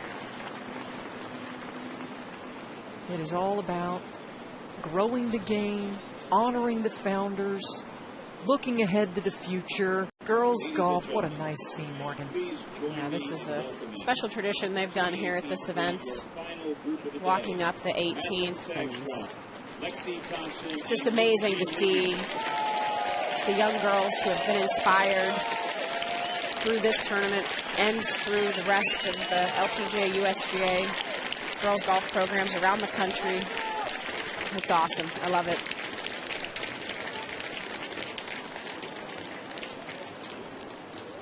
You said it's never too late to get your girl involved in the game. You know, I could look back to those years, younger years, for people like me, and think, I wish there were more opportunities for us with girls competition. It's never too late. It's never too late to start that. Give more tournaments to these young girls, more places to practice and play and fall in love with the game. Got to keep it going in the right direction. I look back to the days when the likes of Shirley Spork and Babe Zaharias and Louise Suggs were playing. They were pulling money out of their own purses to create purses for tournaments. And now young girls like this right here can look ahead to perhaps winning a $450,000 first place prize here at the Cognizant Founders Cup. Hopefully more by the time she's old enough to do it. Yeah, it really is amazing, giving these the phrase of LPGA USGA girls golf, little girls big dreams. I was one of those little girls with a very big dream. Lexi certainly was, Minji, every player out here on the LPGA tour.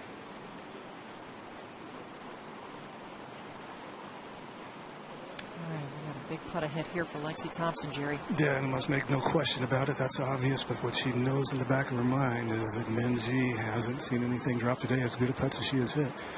So if she's able to coax this one in, and at this point it's less about technique than it is about heart and will. But it's a good look if she can coax it in. That will really, really shrink up the hole.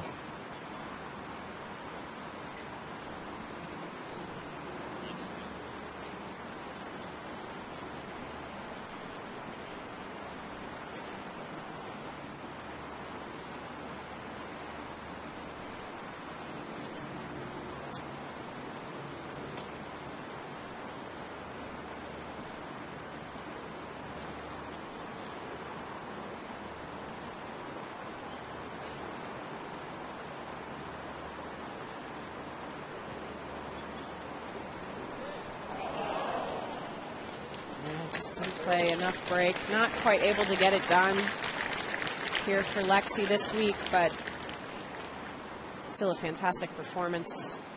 She's close. She's so close, Kelly. You have to think it's only a matter of time. And Jerry mentioned heart. She's shown a lot of heart out here this week. She wouldn't mind waiting for the U.S. Women's Open. That'd be a great story. Might feel like it owes her one. Nobody's had to deal with more disappointing and publicly disappointing finishes in her young career than Lexi. She handles it great. She'll be there again, no question. She's got, well, it's not done yet, but beat by someone who was playing a little better golf this week.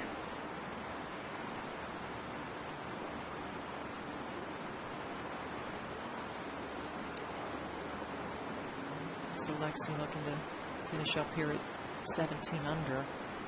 And if this drops, that's where Madeline Segstrom will be.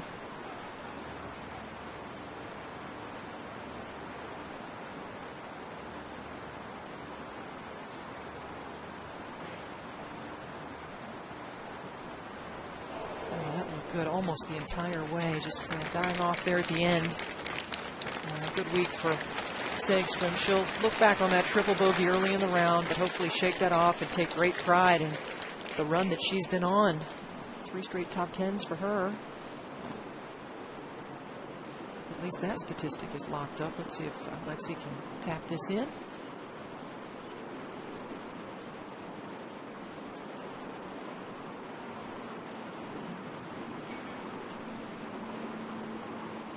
Ever since seeing Scotty Scheffler at the Masters finish up, I just don't look at these the same way right now. It's not as easy as it looks, especially with a big lead. Fortunately, in his case, he had that. And now the stage is set. Minji Lee, 2 putts for the win.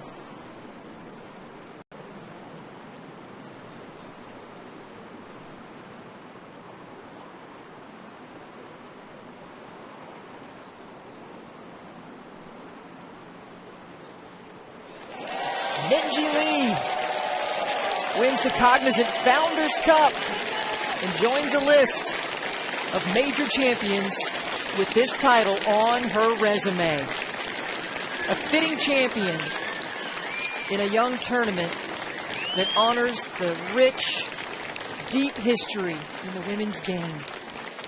The LPGA Tour, established in 1950, 72 years strong.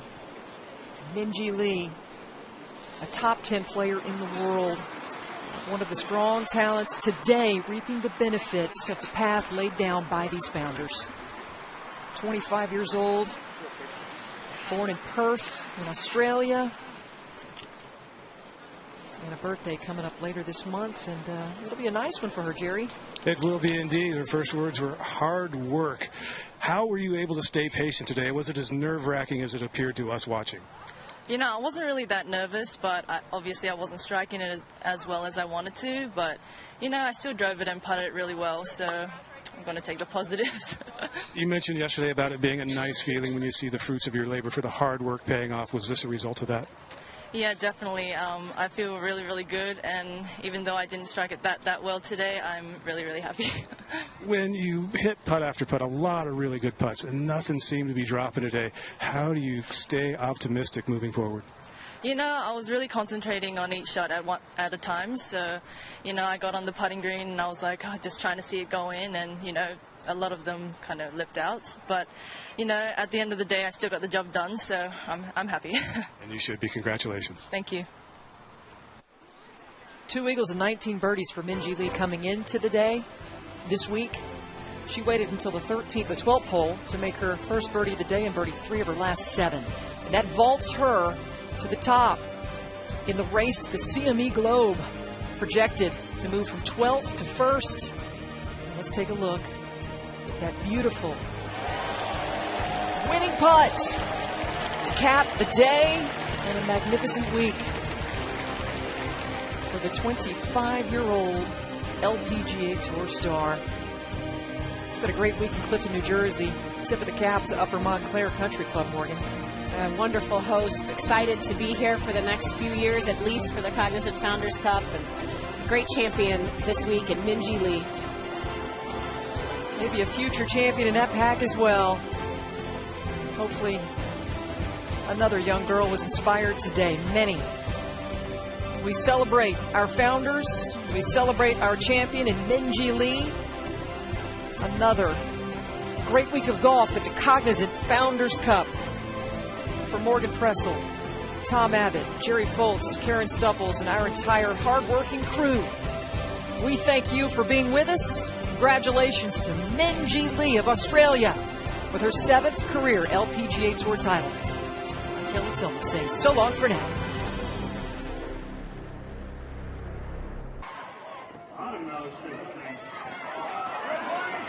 Welcome back, everybody, to CNBC. We are partway through the first half of the Women's Gold Bowl Final, and Westchester, thanks to the efforts of that lady, number 13, Autumn Zaplecki,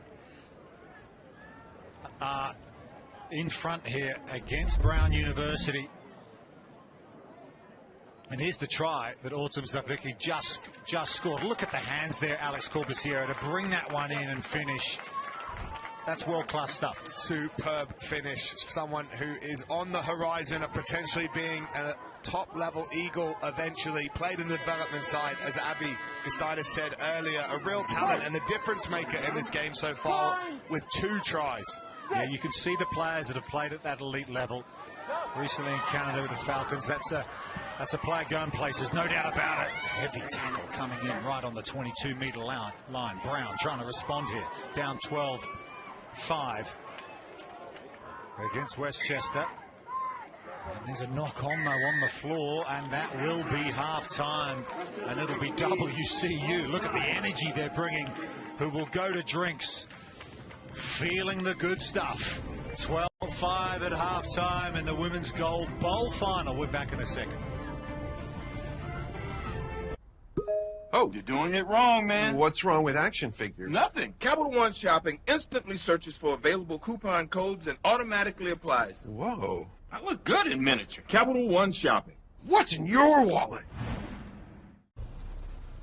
Okay. Let's slowly. Okay. Break! Oh. Should we leave a note? No. Did I pass? Break me off a piece of that Kit Kat bar. Choosing T-Mobile is like paying for this, but getting that. And so much more. Like more savings so your family saves 20% versus the other guys. Get more with T-Mobile.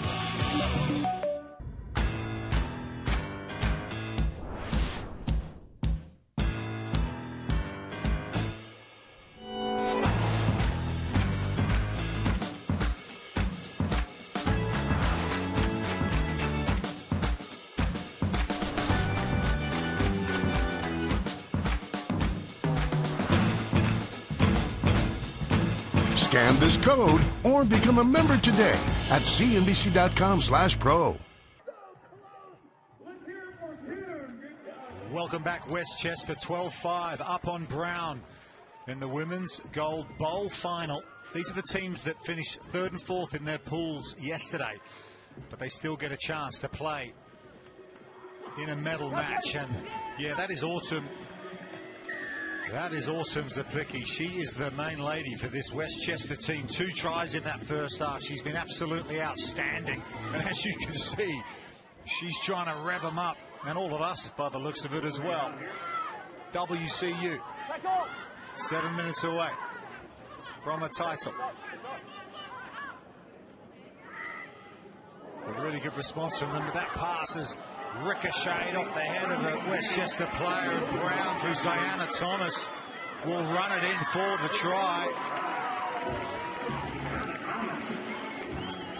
Well, that is not the way that WCU wanted to start this second half, in control with possession, but just too much heat on that pass, Alex. Hit the player in the face, spilled right to the hands of the number 10 from Brown, and then they pounce with the try.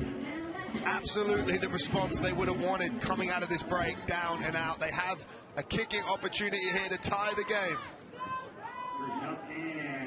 And they don't get it, so it remains a 2-point ball game.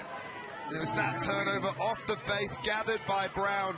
One pass transition. Defense has no time to get back in order to deal with it, and she stomps it down with authority.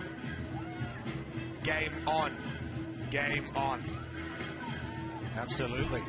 Brown, they were under a lot of pressure down the stretch in that first half, but they have had a good gathering at the break. And they've come out here in the second half and had a real contest of this one, but look what's happening here. Autumn's away again. Zaplicki with a hat-trick for Westchester. You just cannot stop this woman scoring tries. That is 3. If you're going to talk the talk, you've got to walk the walk. And this girl's talking a big game, and she is backing it up. Nothing but respect there. You know, this is a final. You've got to be game. Bring your A game. Not much time left to come away with a national championship in the bowl. She's up for it and making the difference to her team. Just so intense, isn't she? She just wants it so badly. She's playing so well. And every time she gets near the rugby ball, it's points for Westchester. Gets the ball on the edge. Brown go hard at the breakdown, which is what leaves them a number down in defense. She sees that space and just pins her ears back and says, I'm going to the try line. Who is willing to dig deep to try and chase me? And she gets it down. Well, once again, WCU 9 points clear. Loose ball off the restart. Brown have got to be careful here. Here's Parker. She's dangerous. She's got the wheels on the outside, but Autumn Zaplicki with the tackle.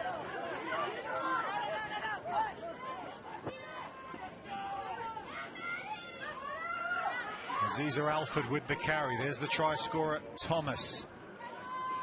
Little lateral here at the moment, but a breakaway from Akila Cathy, and she is gone. And she will respond for Brown.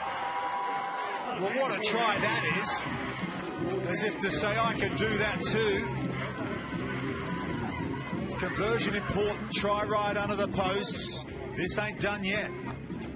not done at all. You can't take your foot off the gas for a second when you're playing finals rugby, and that's kind of what Westchester did there. No one chasing back, working hard. They had the 2-score cushion, but now we've got 3 minutes left on the clock. Game on.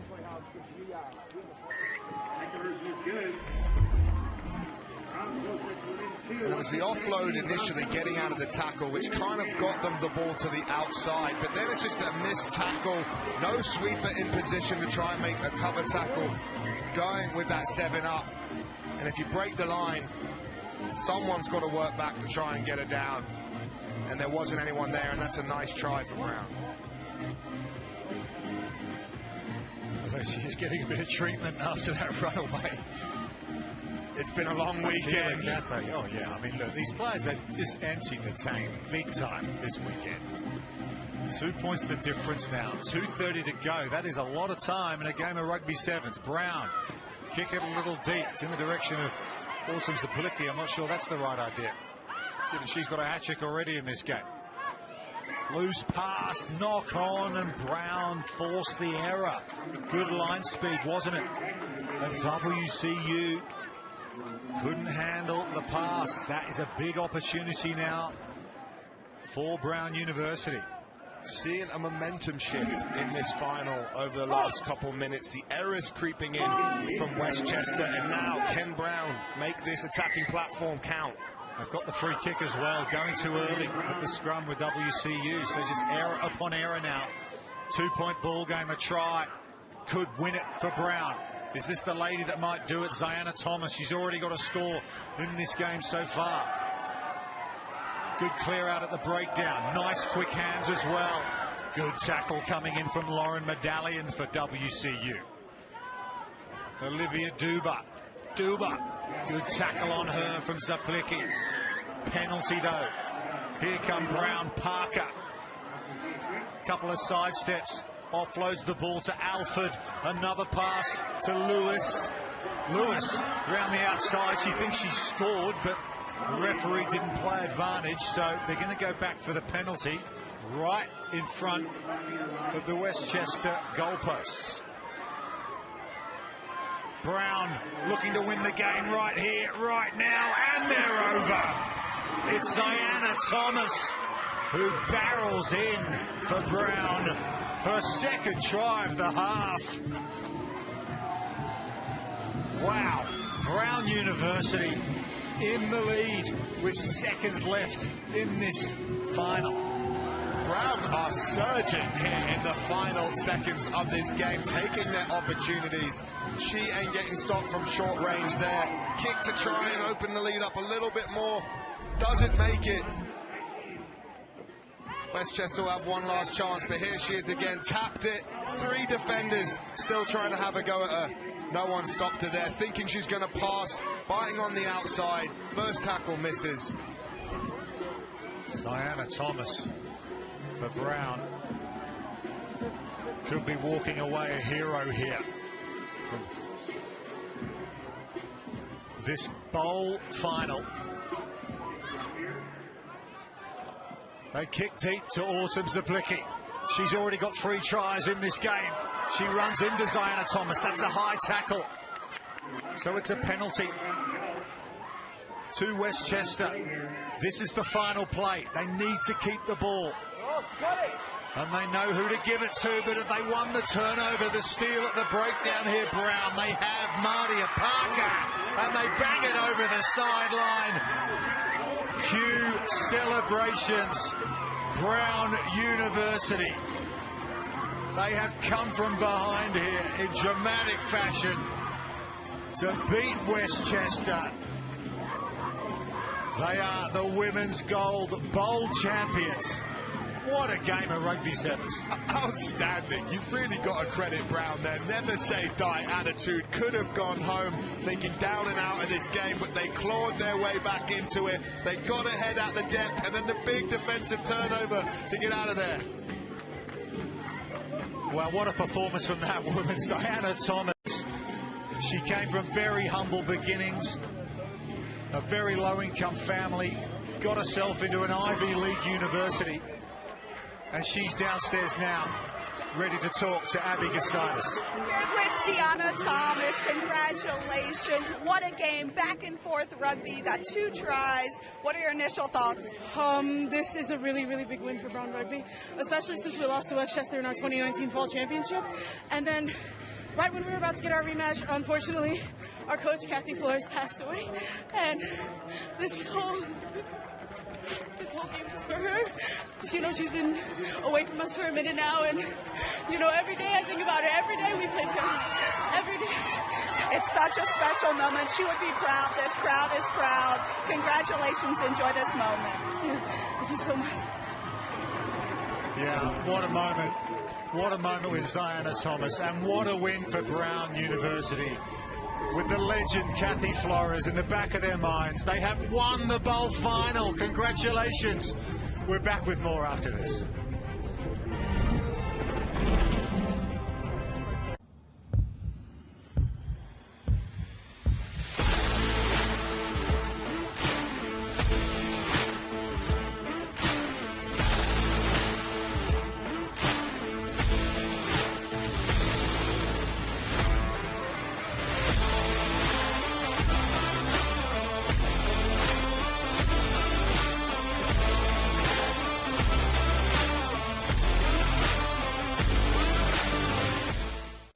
This is a payday bar with tons of peanuts and caramel that get the job done, so you can think of it as a tool to hammer your hunger, cut your appetite in half, and demolish your urge for peanuts. Payday. Get to it. Also try chocolatey payday. Right now on CNBC Make It, turning the call of wanderlust into a career. I'm finally a digital nomad. Just give me a globe, I'll spin it, and I'm like, okay, I'll live there. Life as a travel blogger on CNBCMakeIt.com. Tank 101. Look at these sharks circling. The art of the steal. I want to make money. I'm a shark. I'll only give you 20 seconds. I got a deadly shark. Yeah, just being quiet. I can easily make you millionaires. Just undercut Barbara. Well, screw Robert. So I'll, of course, underbid him just to get even. I'll make you guys an offer, non-negotiable. Always be closing. And that is how you do a deal. Watch Shark Tank today starting 5:30 Eastern. CNBC. Get yours. We're not a political show. We're a newscast. The worker crisis in America, it's getting worse. More than 4 million people quit their jobs. Are you planning to buy a home? It just got more expensive. Sorry. We have resources all over the world. Heightened alert for American troops. We will not host an argument. We will not allow anyone to tear down someone else's position. This is a place for the news. The facts, the truth, the news with Shepard Smith. Weeknights 7 and midnight Eastern, CNBC. Have you heard about the morning meeting? It's the Investment Club's daily show where Jeff Marks and I go over all our moves before we make them. We do a deep dive into the economic analysis that dovetails with actual stocks so you can best manage your own portfolio. It's live, it's interactive, and it's unplugged. The morning meeting, another great benefit of the CNBC Investing Club. Become a CNBC Investing Club member today.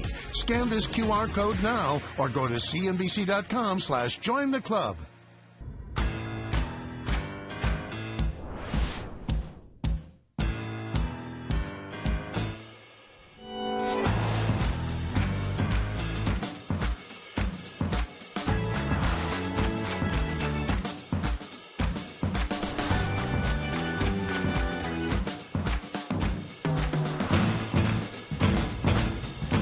Scan this code or become a member today at cnbc.com/pro.